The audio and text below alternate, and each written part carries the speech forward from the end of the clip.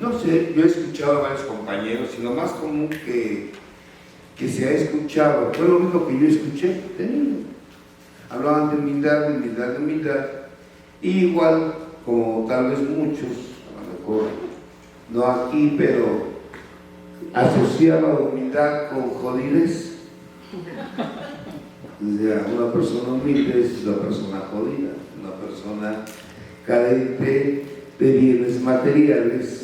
Esa era una persona humilde, era lo que yo entendía, pero tampoco comprendía cómo asociaba en la religión donde yo crecí, cómo asociaba la humildad con la pobreza, ¿no? O sea, cómo la asociaban, y asociaban la humildad con la pobreza.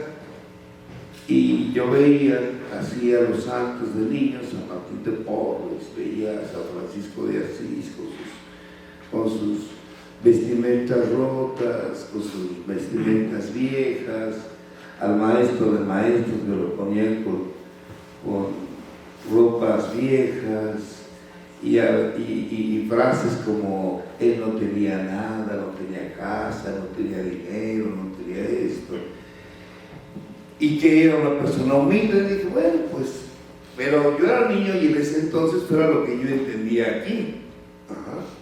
Eso era lo que yo entendía aquí, que humildad y pobreza iban de la mano, que humildad y pobreza iban de la mano, y qué lejos estaba yo de entender lo que era la verdadera humildad. O sea, realmente eso no era humildad, era lo que yo creí que era humildad. Y aparte escucho, crezco en una familia donde muy muchos, pero ignorantes. La verdad es que yo crecí en una familia donde creían que porque habían visto Ben Hur, los 10 mandamientos y el mártir del Calvario, ya eran católicos. O sea, nada más porque habían visto esas películas, ya eran católicos, y puros no, y porque iban a misa diaria. Y recuerdo, como crezco en ese tipo de familias, que me enseñaron que el dinero y la bondad no iban de la mano. Así como que a la gente lo echa a perder el dinero. La gente con dinero se echa a perder. El dinero es el causante de muchos conflictos. Y no estaban muy lejos de la verdad, ¿no? Pero para un niño que no le explican nada más escucha eso y me ponen que humildad es sinónimo de pobreza, pues para mí era entender que entonces el dinero es el causante de muchos conflictos en las personas. Que decían, es que a partir de que tiene dinero, se le subió. Se le subió porque tiene dinero. Y hablaban de un concepto. A partir de que tiene dinero, se ha vuelto muy orgulloso. Y la soberbia era a partir de que la gente tenía. Y si la gente no tenía, era sinónimo de humildad. O sea, ese tipo de cuestiones había aquí en mi cabeza y mucha confusión. La verdad es que había mucha confusión, pero lo peor no era la confusión, lo peor es que crecí en una familia ignorante. Porque al fin y al cabo, nosotros venimos de allá de un pueblo, de allá de Michoacán. Yo les he dicho que mi familia llegó aquí a la Ciudad de México cuando yo apenas iba a cumplir un año, todavía con los cascabeles y el penacho puesto, aquí a la Ciudad de México. Y cómo duele tener que reconocer, en mi caso, que crecí en una familia ignorante, llena de personas ignorantes y que además solo se dejaban llevar por lo que ellos suponían que era, y que además metidos en la religiosidad. Y ni siquiera que me explicaran, porque lo que preguntaban, pues me explicaban lo que ellos habían aprendido dentro de lo que era el pueblo, dentro de lo que era la ignorancia, dentro de lo que era, porque a lo mucho lo que habían estudiado ellos era terminar la primaria. Era la primaria. Mi abuela ni siquiera la primaria terminó. Mi padre sí terminó la primaria, pero dice que estudió 2 años más porque estaba muy guapa la maestra. Eso dijo mi papá. A mi madre le gustaba el estudio, pero no tuvo la oportunidad. Al fin y al cabo, hija de alcohólico. Y mi padre también hijo de alcohólico. O sea, alcohólicos. Entonces tienen los alcohólicos que les da por tener hijos neuróticos. Y nietos también. Pero mucha ignorancia del pueblo. Da mucha ignorancia y no te explican con claridad. Y lo que ellos aprendieron fue una religión donde te metían miedo, mucho miedo, que Dios te está viendo, Dios te está observando, es que Dios todo lo ve, es que Dios se da cuenta y Dios, no manches, Dios es boyerista, o sea, ni siquiera poderme la jalar porque Dios me está observando y es mía. Bueno, en principio no te dice que estoy. Entonces, y puro miedo. Me enseñan que el infierno, me enseñan que el purgatorio, me dicen que Dios te va a castigar y que el pecado aquí, que bueno, el pecado yo tengo desde que nací, así me lo dijeron caer, solo porque este mendigo se le ocurrió no huir de la tentación de la manzana, se tragó la manzana, quiero pensar que la manzana estaba muy sabrosa, se la comió. Y entonces por eso yo tengo que pagar actos de otros. Así me lo enseñan.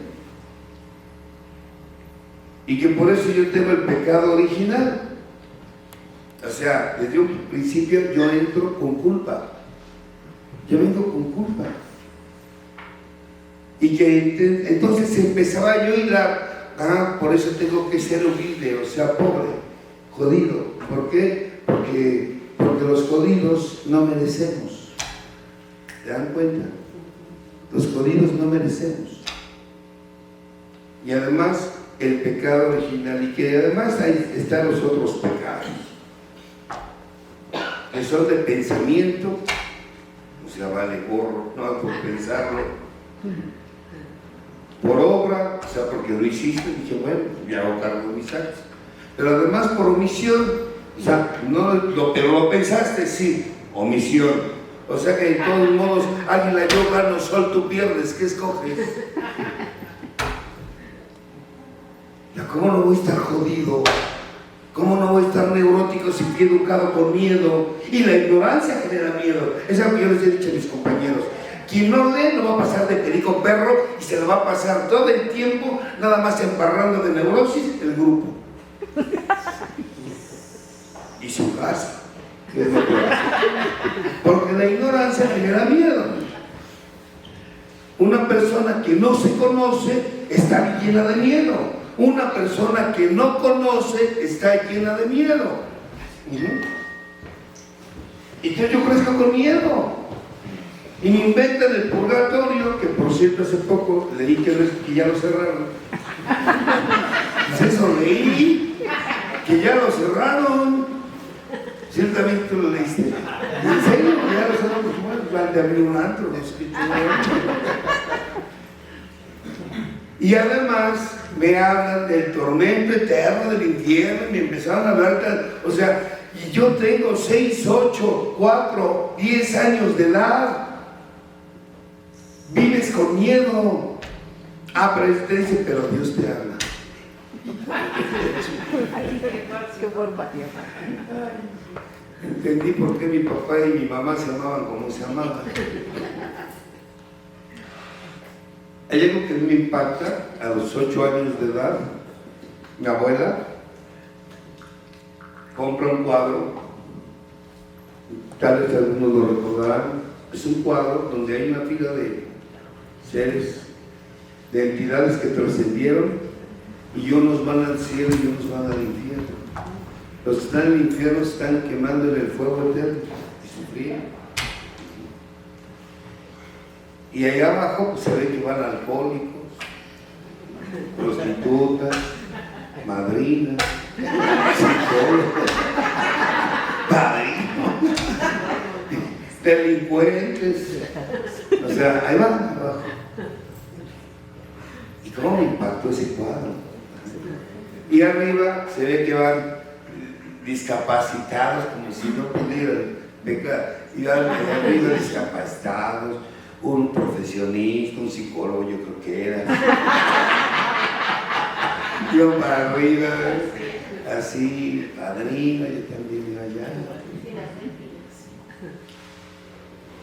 Yo me paraba frente a ese cuadro y me llenaba de miedo.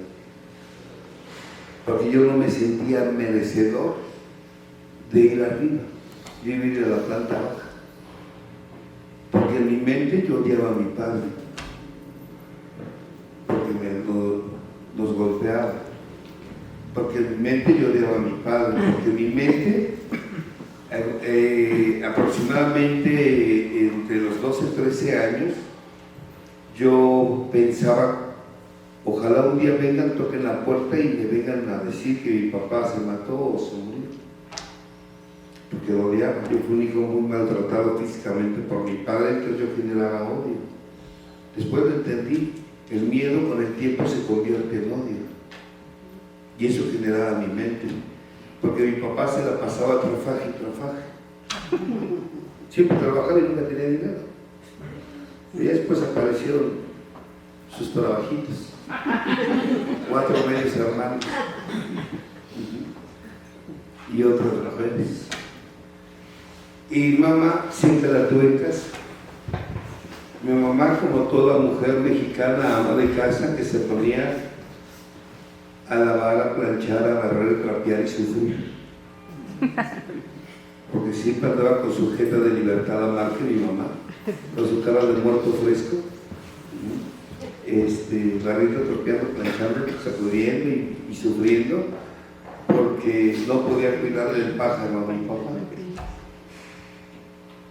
O sea que fui abandonado por mi padre porque se la pasaba trabajando, dice, y abandonado por mi madre que estaba presente pero siempre andaba deprimida.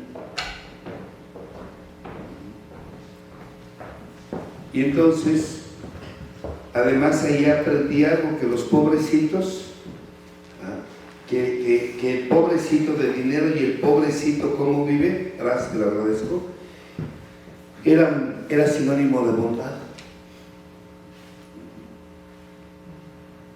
Y recuerdo que cuando yo lloraba porque mi papá le había pegado a mi mamá o me había pegado a mí, o se había pegado a mí y a mi mamá o a todos, y gritaba y peleaba y lloraba, recordaba la palabra de pobrecito. Eso me ayudó a mí a convertirme en un maestro de la conmiseración. ¿Qué tienes, Carlos? No. Es que es tan padre colgar gente de conmiserado. Sí, es bonito porque pero ¿qué tienes? Nada. ¿Qué? ¿Ya te pegó tu papá? ¿Pero qué le hiciste? Nada. Ya saben, los neuróticos nunca hacemos nada. Hijo del caos. Y eso me llevó a asociar bondad con, o sea, ser bueno es pobrecito. Los pobrecitos son buenos.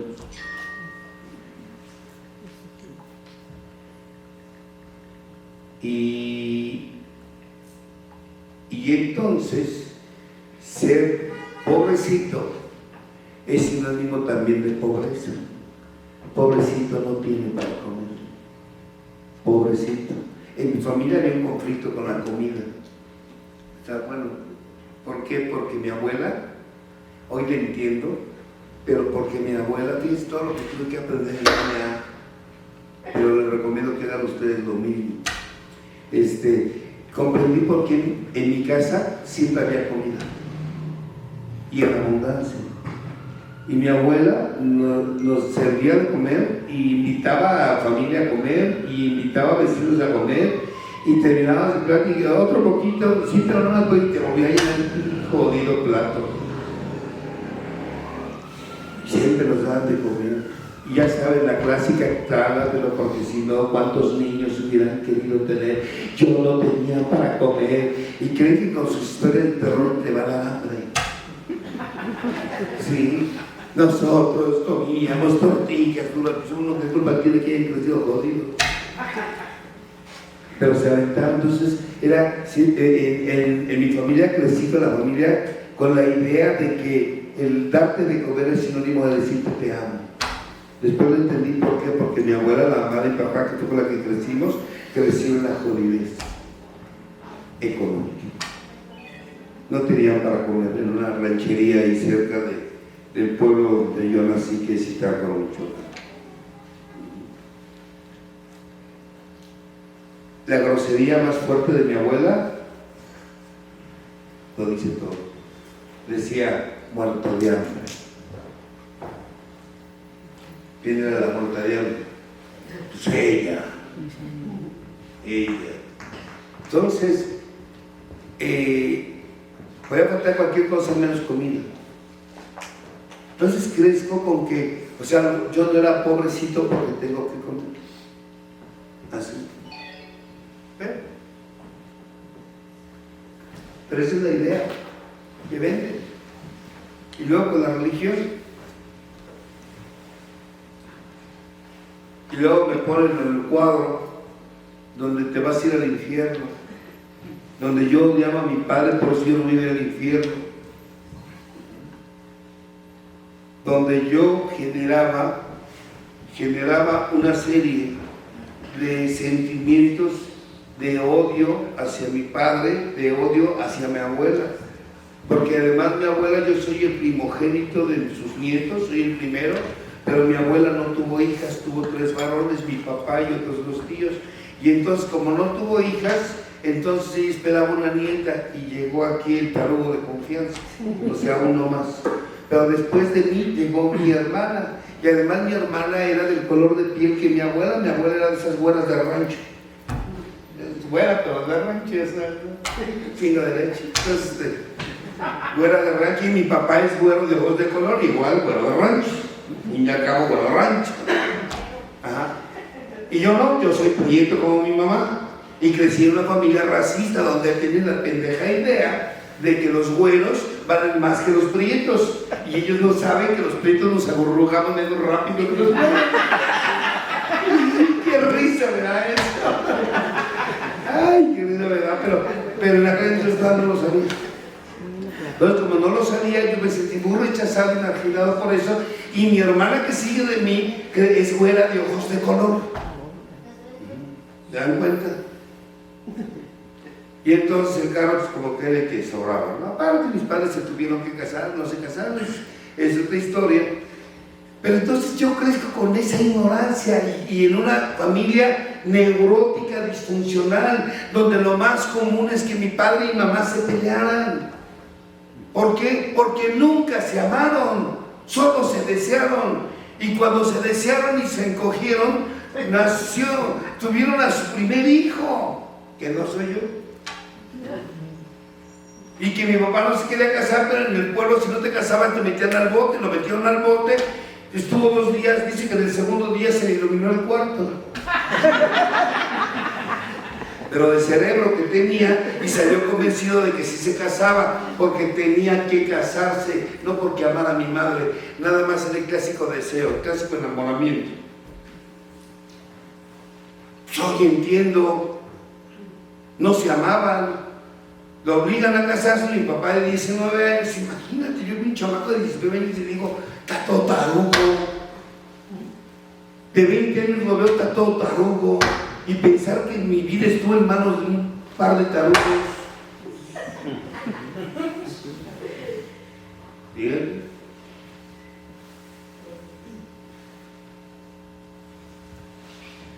Nace su hijo, que no soy yo, se muere a los 9, 10 meses de nacido. Pero entonces yo ya vengo en camino. yo ya vengo en camino. Y entonces quien los ata a esos dos no es mi hermano, soy yo. Se les conoce hijos sustitutos. Todo hijo que nace después de uno que murió se le conoce como hijo sustituto. Sustituto, no prostituto, no. Sustituto. También. Pero eso ya fue después. Eso ya fue después. Y los hijos sustitutos tienen una característica: tienen que resolver la carga de los padres. Según el enneagrama, que es una parte de la psicología, decía de Tarugo, es Camilla. Dice Tarugo que según el enneagrama tiene mucho que ver en qué lugar ocupas cuando naces y en qué condiciones son las que naces, porque es la carga energética con la que vas a vivir. Entonces yo soy un hijo sustituto, el que sustituye al mayor, el que por mí mi padre tuvo que gastarse todo su dinero, perdió su libertad, tuvo que renunciar a hartas fiestas, hartas excursiones, bailes, tantas tetas que le faltó por conocer y nalgas que le faltó por ponerse mi papá. Y mi mamá pues también le faltó. También con el primer cargo, con ese se tuvo que casar, que es mi papá. Le faltó algunos metros y centímetros más por conocer.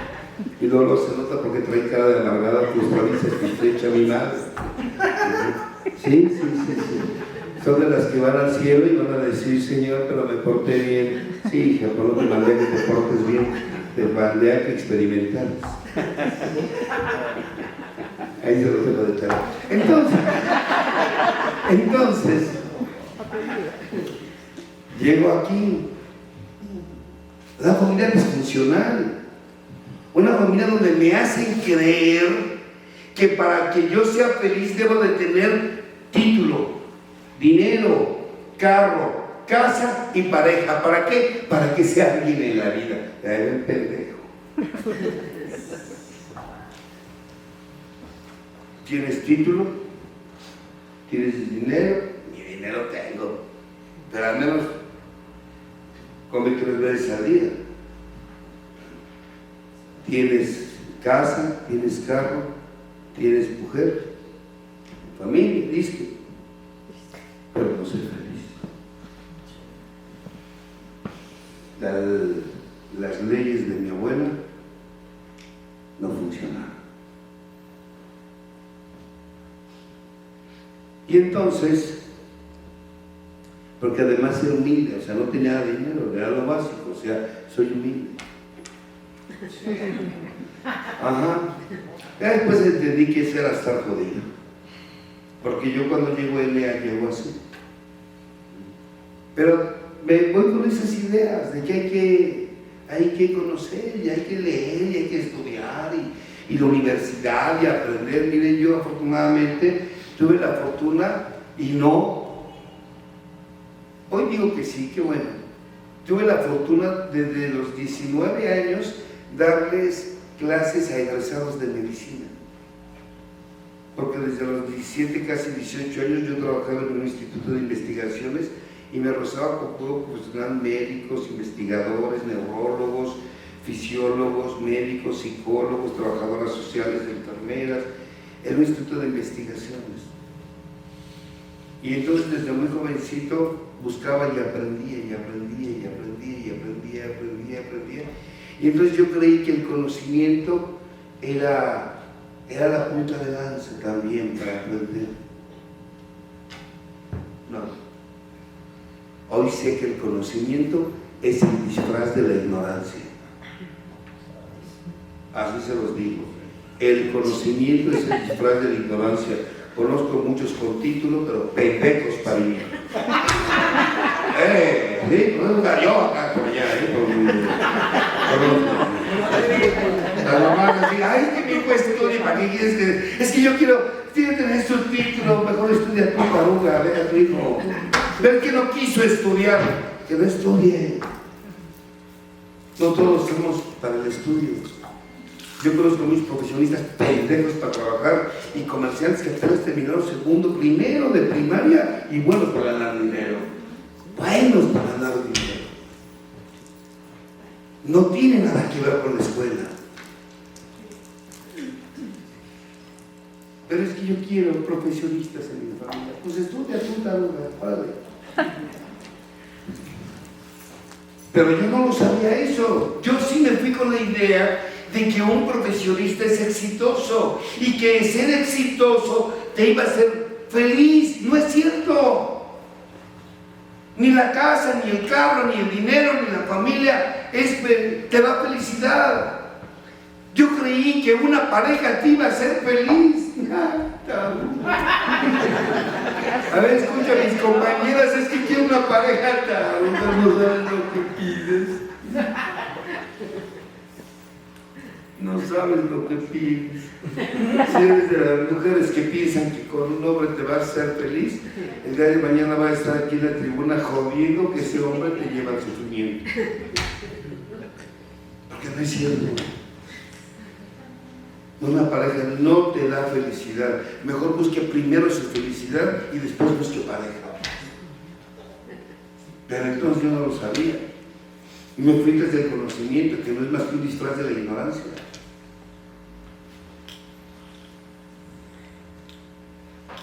Y desgraciadamente eso hizo que se me subiera el ego. Porque para que yo les pueda hablar de humildad tengo que hablarles de la soberbia. Y el conocimiento me convirtió en una persona soberbia. Porque con el conocimiento me di cuenta que empezaba yo a tener cierto renombre. Con el conocimiento. O sea, ¿cómo? Este muchacho nos va a dar la clase, fíjense lo que decían los médicos. Este muchacho nos va a dar la clase de la activación de los núcleos vestibulares para lo que es la mayor arborización neuronal en niños con disfunción cerebral. Así. Y el profesor, mi maestro, que estaba por ahí, le decía así, él les va a dar el tema. Pero yo, imagínate, es como los servidores en los grupos de allá donde yo vivo. Dicen, es que el compañero es nuevo y es buen servidor. Claro, cualquiera nuevo sirve bien. ¿Por qué? Porque anda mendigando el cariño y el reconocimiento. Claro. A ver, manda a los pinches dinosaurios del grupo. A ver, mándalos a servir. A la tarantada que tiene 10 y tantos o 20 y tantos, los disquepadrinos. A ver, vamos a servir, a ver si sirven. No, yo ya serví mucho. ¿Ya no sirven? No, yo ya no. Pues a la basura entonces.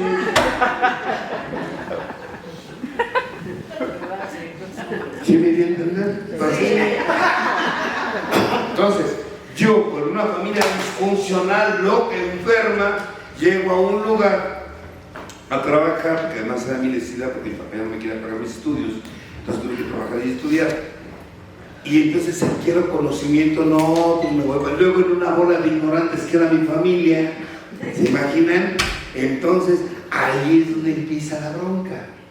Hoy me doy cuenta que el conocimiento hizo que me llevara a la soberbia y estuviera preparando mi fondo emocional. Por eso bendigo todas esas cosas que me llevaron a tocar fondo. ¿Cómo qué? Como el conocimiento.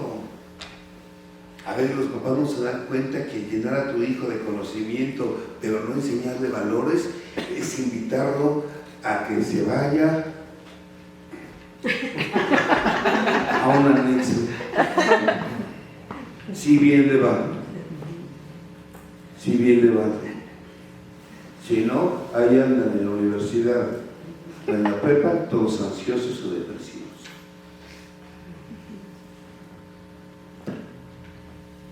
Yo un día le pregunté a una compañera, ¿qué quieres? ¿Quieres un hijo exitoso o quieres un hijo sano? Las dos, manito, las dos. Sí, pero que primero. Pues sano. Entonces deja de estarlo jodiendo porque vaya a estudiar. Deja de estarle eligiendo la carrera. Pero qué triste. Mendigar sexo usando el poder del conocimiento. Y con el tiempo ni siquiera te das, bueno, con el tiempo te das cuenta que no era ni sexo lo que buscaba. ¿Saben qué buscamos? Una mamá. una mamá, porque la que tuve no nos abrazaba, no nos apapachaba. Pero como este tarugo no sabe diferenciar entre necesidad sexual y necesidad corporal, como lo que tenía la necesidad corporal, pero no sabía la diferencia, pues terminaba dando las manos. ¿Sí? En mi grupo también hay estas compañeras que les pasa lo mismo. Porque además me di cuenta que desde que cuando yo llegué a NA, llegando a NA, de NA para atrás, las personas con las que yo me había relacionado eran mayores que yo. ¿Qué buscaba? Una mamá. Que yo me encantaba que me abrazara, me apapachara. Fíjense.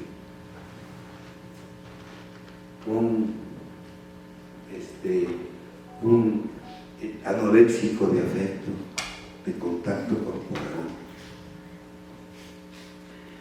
Pero eso sí, en el trabajo, la soberbia, la altanería. Una vez que lloraba a un compañero, prácticamente lo humillé con mi conocimiento, fíjense, lo humillé y al final, ¿qué pasó con el compañero? Estaba llorando. Y yo, ufano, porque se creía mucho de que lo puse en su lugar en una reunión de trabajo, me dice él con lágrimas en los ojos, fíjense lo que me dijo, hoy, a través de los pasos, a través de la práctica del programa, y que tuve que reparar daños con este compañero de trabajo, sí, por dos cosas.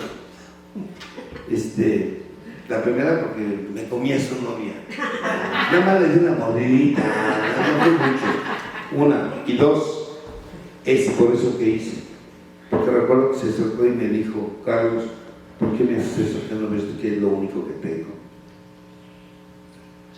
Y eran los estudiantes. La verdad, te vuelves arrogante, altanero. Con la esposa pasó lo mismo. Mis padres ni los iba a ver para el jodido. Además los odiaba porque yo me casé para salirme de mi casa, no porque amara a la mamá de mis hijos. Y ella hizo lo mismo. Ella hizo lo mismo. No nos amábamos. No nos amábamos, era obvio. Y no me daba cuenta que estaba creando mi fondo, porque además era un hombre carente de afecto, que no sabía amar, es más, no tenía ni la menor idea de lo que era amar. Creí que lo que yo sentía por alguien era amor. No era amor, era pasión, era enamoramiento, eran químicos neurotransmisores. Yo no tenía la idea de lo que era amar, porque ni siquiera lo hacía conmigo ni para mí. Pero eso sí, me sentía muy ufano, me sentía por encima de todos, porque además empezaba yo a dar talleres, empecé a ser mi amigo del director, del encargado de neuroanatomía, de Ciudad Universitaria, luego el amigo del investigador tal, y de tal, y conocía yo al director de la Universidad de Morelos, y después de la carrera de medicina de acá de la FES Zaragoza, que era amigo mío y que su tío era el mero de neurología en el centro médico, que nos daba clases, ¿se imaginan? O sea, se te sube el ego.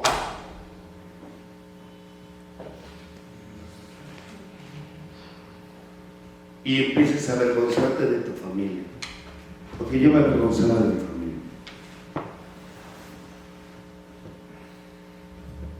Hasta que todo se cae. Hasta que todo se cae, porque lo que levanto no es más que un castillo en el aire, una ilusión. O sea, yo creí que eso era. Hoy sé que eso que creí que era, ese no era yo. Le llaman ego. ¿Qué es el ego? La máscara que te pones para aparentar ante los demás y no vuelvas a sentir el dolor del rechazo, del abandono, de la injusticia, de la humillación y de la traición. Detrás de ese hombre había un hombre miedoso, devaluado, acomplejado. Porque ni amigas tenía, no dejaba ninguna para comadre. Ni amigas tengo. La única manera de relacionarme con las mujeres era a través del sexo, no salía. ¿Por qué? Porque no me daba cuenta que le tenía miedo a las mujeres. No me daba cuenta. Todo se empieza a caer. Me acuerdo del trabajo, ¿por qué? Por soberbio. ¿Quién iba a aguantar un soberbio altanero que se creía todo? ¿Quién? ¿Quién va a aguantar a un necio que no tiene la humildad de abrir las orejas, de abrir la mente y escuchar, de admitir y reconocer tus fallas? Nunca. Y obvio, familia también. Hoy sé que mi familia les daba pena escucharme, mis sueños guajiros, pero nada más hablaba, no hacía nada. Yo para entonces ya estaba peleado con Dios.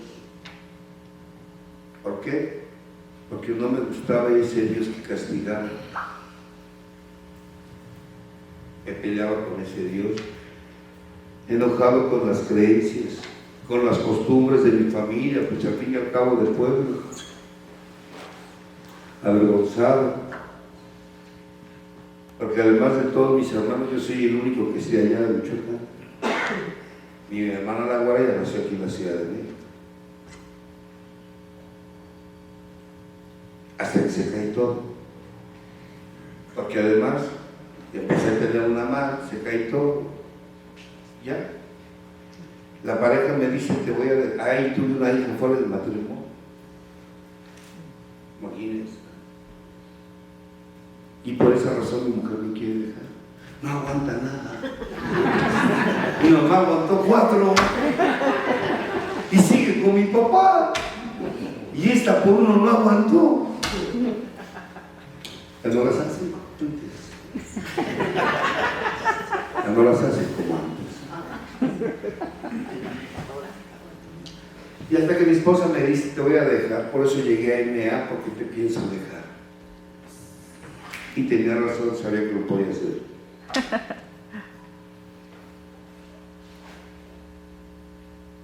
Y voy a chillarle a un amigo, jefe de mi trabajo, de un segundo trabajo, porque además fui cofundador de una escuela, Asociación Civil, y ahí conocí a un AA. Y ese AA me acerqué a él y le dije, fíjate que mi mujer me quiere dejar así, así. Y empezaba yo a sufrir, porque además se cayó todo. Me corren de la escuela, tengo este trabajo, no tengo dinero, se viene todo, la mujer me quiere dejar. Mi familia sentía pena, vergüenza de mí. Y entonces me dice este AA, vete a un grupo, porque si no tu mujer te va a acabar. Y no por ella, sino por tus actos. Vete a un grupo. Y en desesperación, pues sí, llego un 5 de noviembre de 1994 a un grupo de MA. Pero la verdad, no llegué convencido. ¿Por qué? Porque yo dije, voy a ir para que vea que estoy cambiando. Y sí, llegué a hacerme tarugo. La verdad, me hice tarugo en la silla del grupo. Como 11, 12 meses me hice tarugo ahí sentado. Ha sido como que hacía el servicio, levantaba la séptima, llegaba temprano, o sea, nada más hacía como que hacía, me subía a dar tarugadas, porque no decía realmente qué me estaba doliendo, no decía realmente qué me estaba pasando, no decía que sufría por lo que estaba pensando, que no dormía, que tenía que tomar Ribotril para poder dormir, 20 gotas antes de dormir. No les decía que estaba lleno de culpa y de vergüenza, que vivía en una miseria, pero eso no lo tomaba en cuenta porque yo creí que eso era humildad. Acuérdense cómo fui educado. Que yo no sé por qué ella me quiere dejar si tuve un hijo, pero a ella la amo. No pienso irme con esa otra mujer. Y obvio, yo no sabía amar, yo lo que tenía era una fuerte dependencia con esa mujer. Nada más dependencia. Mi pedorro amor. Ay, es que yo la amo cuando llegué. Ay, la amo, ni tenía ni la menor idea de lo que era amar. No sabía lo que era amar a un ser humano. Ni a mí. Ahí ando tragando pastillas. ¿Por qué no podía dormir? Porque está canijo en la noche, cuando todo está oscuro, escuchar una vocecita que te dice: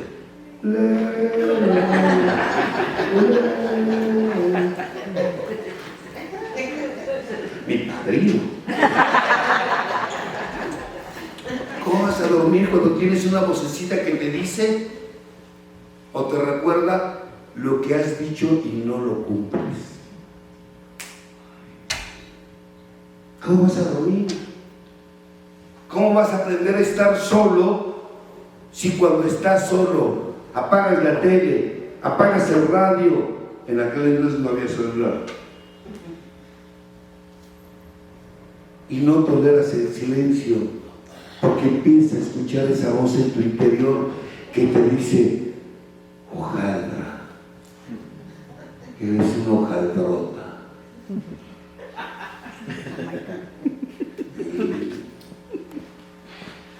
Porque me convertí en lo que más odiaba. ¿Quién? Mi padre. Ándale. Y todo lo que yo dije de mi padre, tarde o temprano, se me devolvió hacia mí. Claro.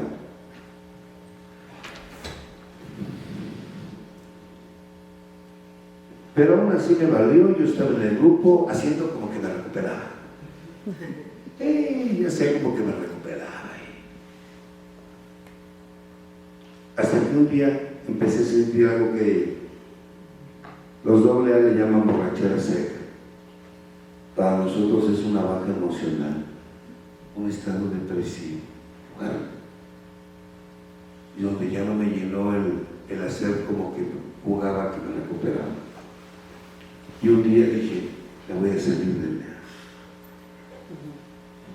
Total, le dije aquí a mi padre, le dije: mejor me voy. El programa no me está funcionando. ¿Cuál programa? ¿Cuál?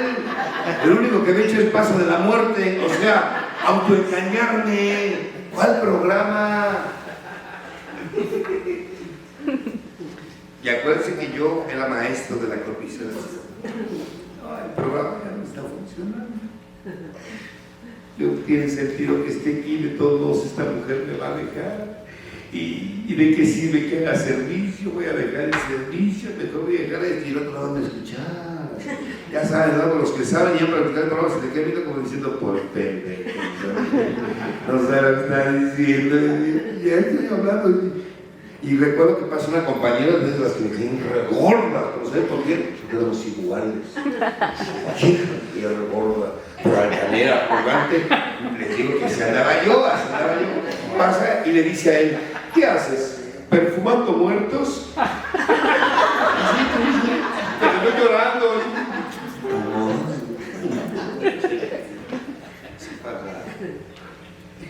Pero sígueme perfumando. Que ya está pesta, te ves aquí a acercar. Y recuerdo que me dijo: mira, lo que pasa es que no te estoy explicando nada. ¿Quieres sentirte bien? Sencillo, vente un día aquí a la tribuna y ya dinos la verdad, qué es lo que traes, qué es lo que estás haciendo. Ya dinos la verdad que te duele. Ya dinos la verdad que te está pasando. Ya deja de aparentar.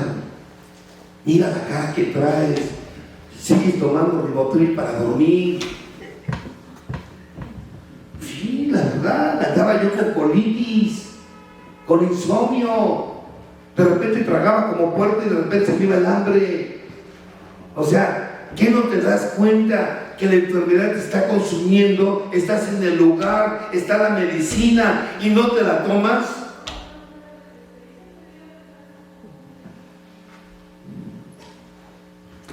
Todo, ya ven y dinos todo, ya dinos la verdad. O sea, ¿cómo les iba yo a decir que seguía peleándome con mi mujer y que nos cerramos a agarrar a chingadazos? ¿Cómo les iba a decir yo que no podía abrazar a mis hijos? ¿Cómo les iba yo a decir a ustedes que seguía tomando el Ribotril y que me estaba haciendo tarugo con el programa? ¿Cómo les iba a decir a ustedes que el servicio lo agarré para que vieran que yo era alguien? No porque me interesara servir a ustedes, sino para pararme cucurucho. Ustedes aquí no pasa, pero ayer en mi grupo habemos hartos. ¿Sí? Que nos servimos del servicio. Porque además ese es un buen pretexto para hacerme güey conmigo. Sí, claro. Aparento que tengo recuperación, compañero. Soy el representante de Uruguay. Chulo, ¿no? Que se ve. Y hasta cuelgas jeta de sobrio. Pero ¿por cuánto tiempo aquí adentro? ¿Por cuánto tiempo? ¿Qué sucedió? Pues que un día que me voy a porque me dijo, es que me falta humildad. Y yo es que estoy diciendo, tampoco ves que ni a la séptima le echo. Un peso era lo que le echaba y a veces a pendejaba le echaba rondanas. Jodido llegué yo económicamente, físicamente, mentalmente, o sea, se cayó todo. Mi familia se avergonzaba de mí, no tenía amigos, no tenía amigas, y mi esposa me quería dejar.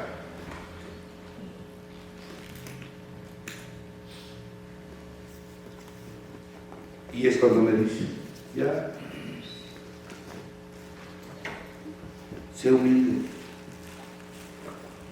Pero yo seguí con esa idea y me dijo, a ver, vamos a ver qué significa humildad. Y entonces empecé a buscar el concepto de humildad y decía, la verdad. La Madre Teresa de Calcuta decía que humildad era la verdad. Pero escuché a alguien que me gustó su concepto de humildad. Me dijo, humildad es el reconocimiento de tus actos presentes y pasados con toda verdad. Entonces me dicen, por este mando que hables en el grupo, ya dinos la verdad. Eso es un acto de humildad. La verdad, no lo que nosotros queremos escuchar de ti, lo que tu alma quiere hablar y necesita hablar.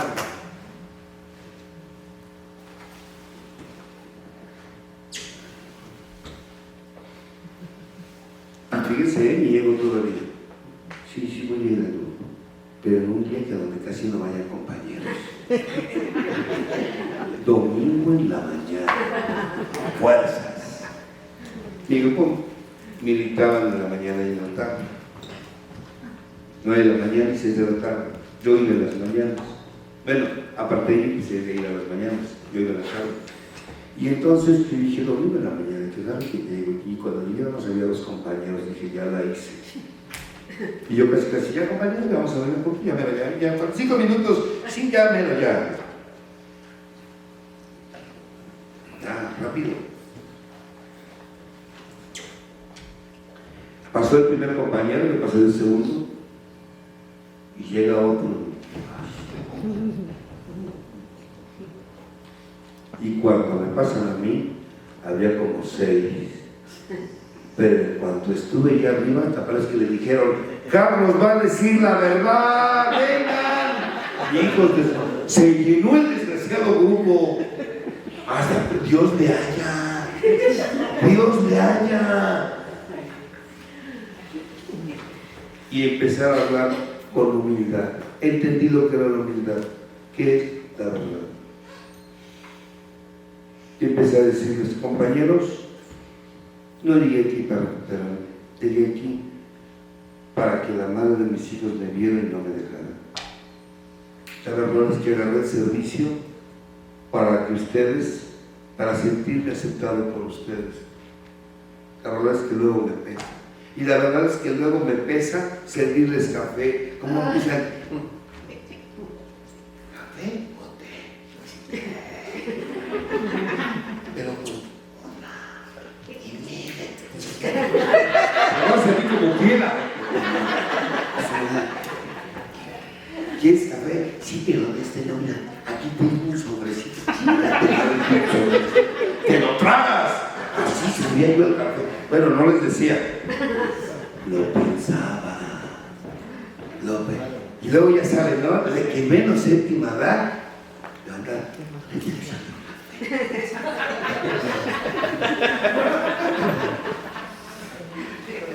Y les tuve que decir eso.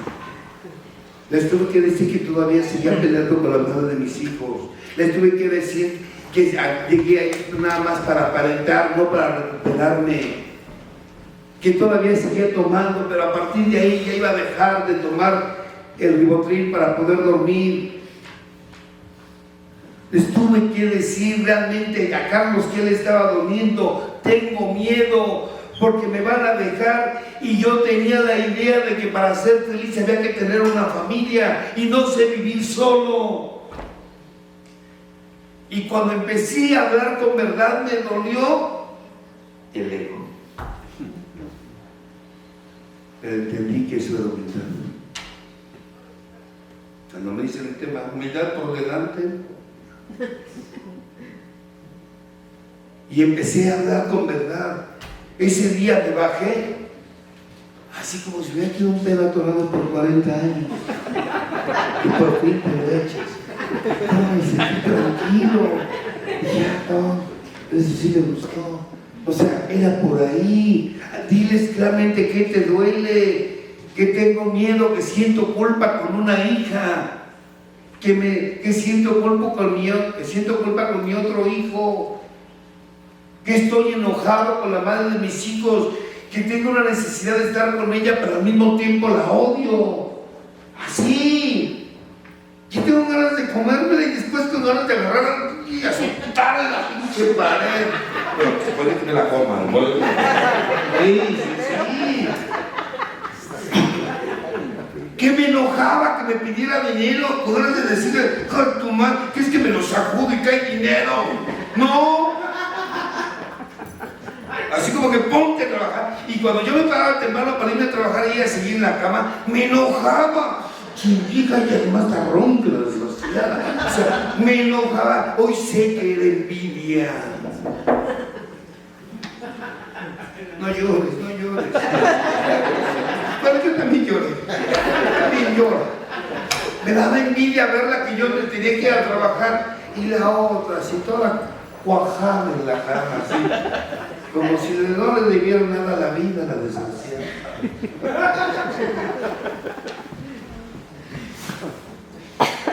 Y empezar a hablar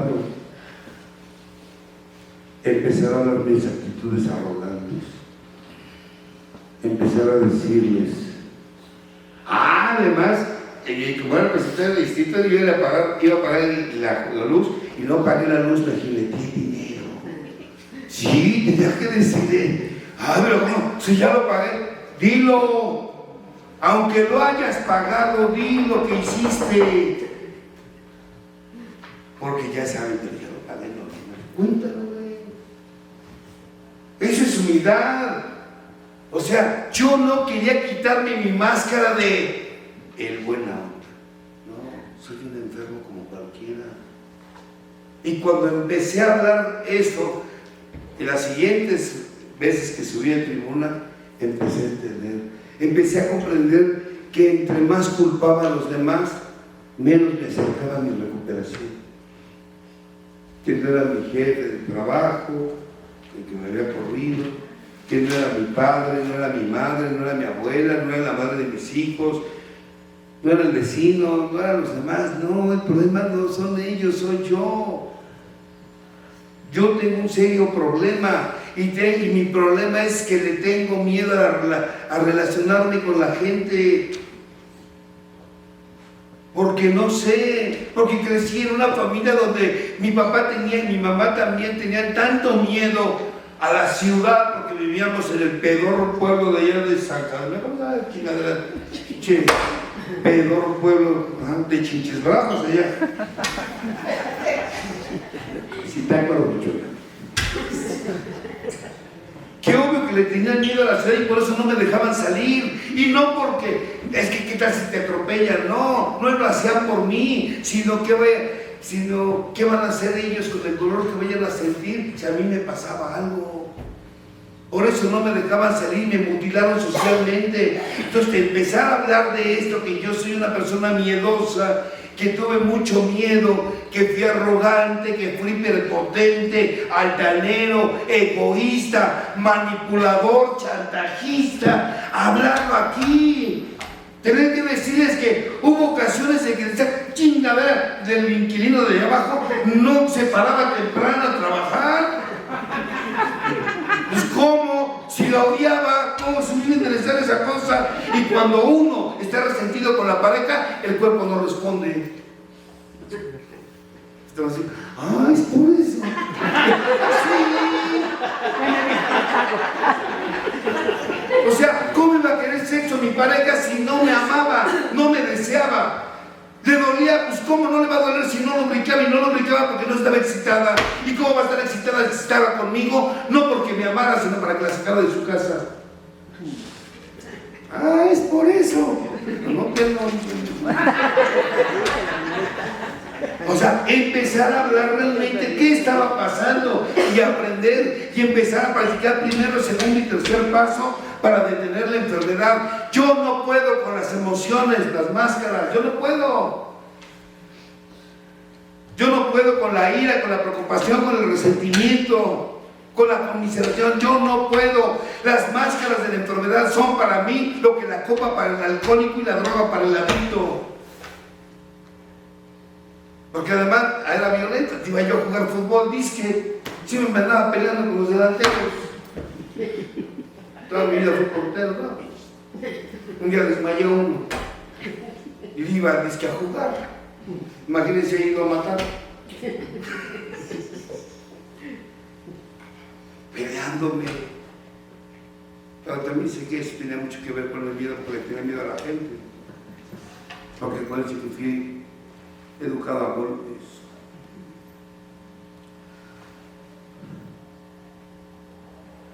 El cuarto paso dice que el cuarto y el quinto paso son los pasos de humildad.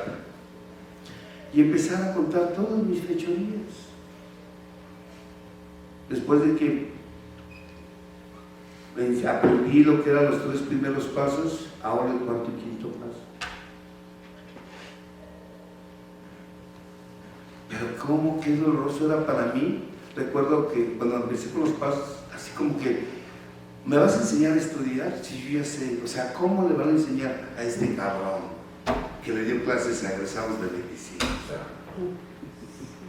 Pero así tan sencillo me dijeron, sí, pero es un enfermo igual que nosotros. Y además tu padre es un jodido taquero. A ver, ¿cómo te defiendes?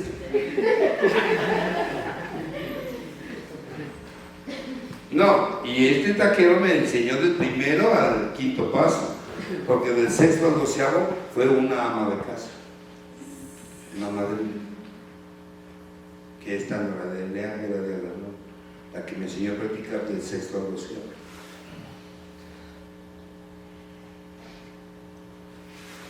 Entonces, empezar a reconocerlos. 13 años viví solo, 13 años solo, sin pareja. Sí, tuve amigas, parejas sexuales, sí, pero ya no era como antes, porque me decían, tú no estás preparado para relacionarte afectivamente con nadie. Y sí, tuve parejas que nada más era para sexo, nos bajábamos los calzones, ella se bajaba los suyos, yo bajaba los míos, nos subimos y ya. O sea, eso de estar jugando a bajarte las estrellas para bajarte los calzones, eso ya no se vale. A una mujer no le duele que le bajen los calzones, lo que le duele es que le bajen las estrellas para bajarle los calzones. Y si habla de claro, sí, y así fue. En todo ese tiempo tuve parejas sexuales y hoy, inclusive algunas, ya se casaron, tienen pareja, ya no los he visto. Pero aprendí a ser claro y honesto y al grano. Entendí que la humildad es habla con verdad. Habla con verdad, habla con verdad. Y lo mismo pasó con el séptimo paso. Cambié mi concepto de Dios. Hoy sé que Dios no me castiga. El concepto de Dios por el cual yo estaba resentido era el de mi abuela, el de mi mamá, el de mi papá. Ese Dios, a ellos les funciona, a mí no me funciona. A mí me funciona el Dios de NA y el Dios de NA me dice, si tú te mueves yo me muevo, si te haces pendejo yo también sé hacerme pendejo, me dice Dios. ¿Por qué? Porque Dios trabaja conmigo, no para mí. Y si quieres que Dios esté contigo, muévete. Nada de que, pues es que era más fácil lo otro, porque nos damos pensando veladoras. Nada más repetía como 10 Padres Nuestros, 10 Ave María, además daba una limosna y ya cumplí. Pero aquí no, este Dios de aquí me dice, este Dios que conocí en el séptimo paso, fíjense, es porque ningún paso te pide que le pidas a Dios, ningún paso te pide que le pidas. Y yo tengo la programación de que todo hay que pedirle a Dios, y no es cierto. ¿Cómo le va a dar pide a Dios si Dios ya me dio todo para vivir en este planeta?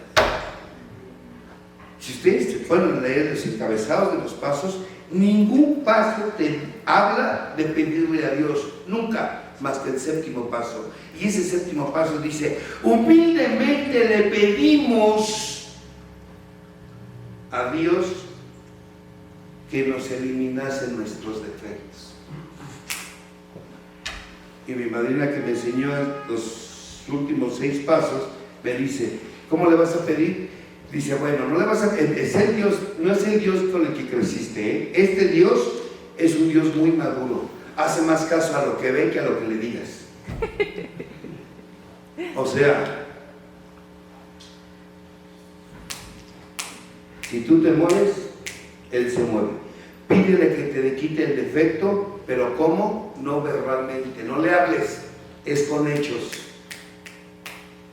Con hechos, con hechos, con hechos, con hechos. Y pídele, pero con hechos. Si tú no le pides con hechos, con tus palabras jodidas, no te va a hacer caso.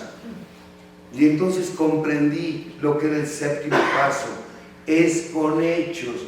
Y entonces entendí cuál era la clave. Dios sí me lo quita, el defecto. ¿Por qué? Porque Él es el maestro, Él es el arquitecto, yo soy el albañil.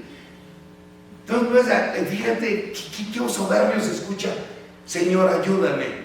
Como diciéndole, tú eres el gato, yo soy el que sé. ¿Te dan cuenta? Señor, ayúdame. O sea, tú, chalán, ven, ayúdame.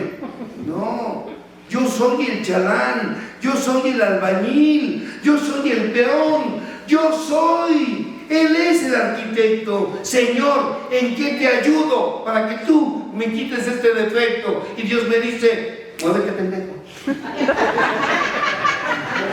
Y me tengo que mover, porque este programa es de acción, no es de andar de hocicón, de pájaro en alguna tribuna. Y entonces lo entendí y dije, ya está, es cierto, sí, y la teología lo dice, Dios trabaja contigo, no para ti. Si yo me muevo, Él se mueve. Si yo me hago tarugo, Él también sabe hacerse tarugo. Y entonces me empecé a mover.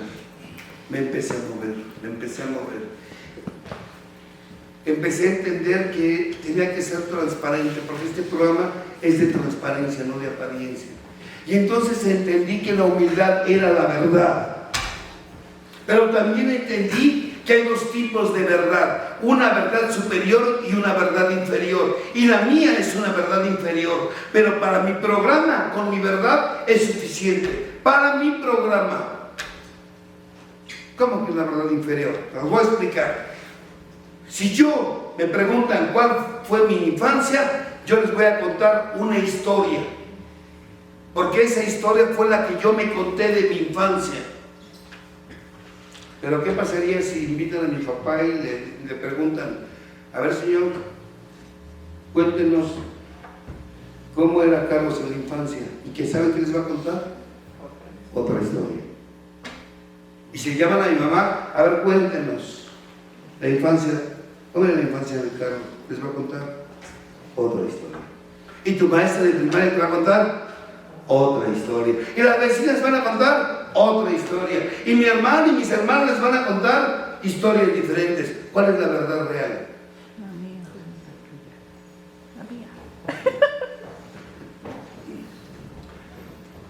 ¿Qué es una verdad absoluta? El conjunto de todas las verdades. El conjunto de todas las verdades. Dice, pero para tu programa con tu verdad es suficiente. Pero para cuestiones del grupo sí necesitamos la verdad de todos. Por eso, y en eso se sostiene la segunda tradición, donde dice que puede que se manifieste un Dios en la conciencia del grupo, cuando entre todos votamos. Ahí entendí lo que era. Entendí que esto es de acción. ¿Saben? Hoy me siento con más energía que cuando tenía 25 años. Hoy me siento con más vitalidad que cuando tenía 20, 25 años. Mucho más. Y esa fue la clave. Muévete y sea honesto. Muévete. Y a veces yo creí que contar mis logros no era la verdad. Dice, pues es la verdad. Si tú llegas a tu casa con un coche todo destartalado y te dicen, qué jodido está tu carro, si tú eres humilde, ¿qué vas a decir? Pues sí, está jodido. Si llegan y te dicen,